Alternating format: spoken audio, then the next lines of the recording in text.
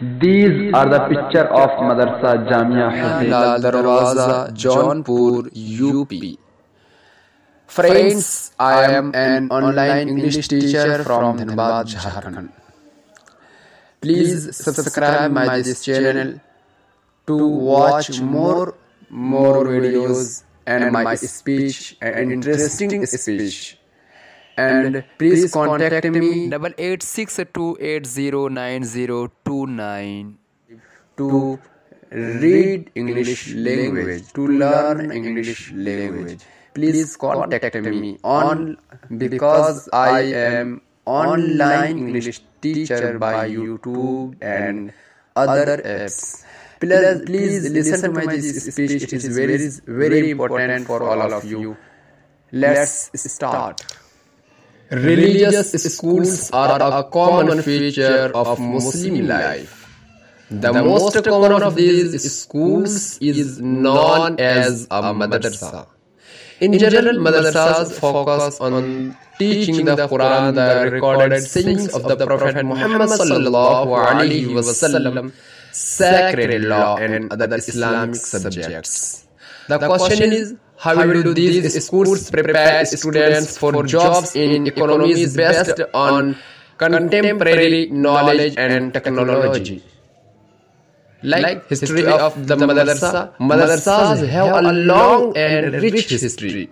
After the birth of Islam in 7th century, Muslims who wanted a religious education joined study circles in mosques where teachers provided instruction. Over the next 400 years, additional centers of learning founded and endowed by rulers, high officials, and wealthy members of the community made in public and private libraries. These were early forms of madrasa.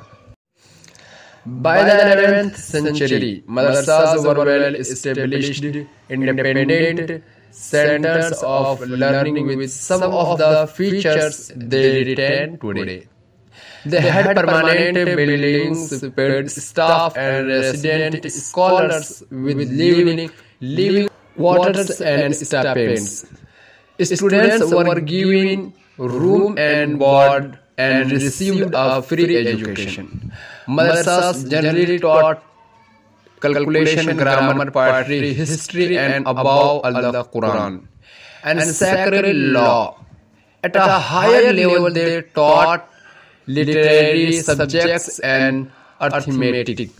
While memorization of text was emphasized, personal instruction, lectures, and imitation of the teacher by students were also held to be circles to minimize errors in religious understanding.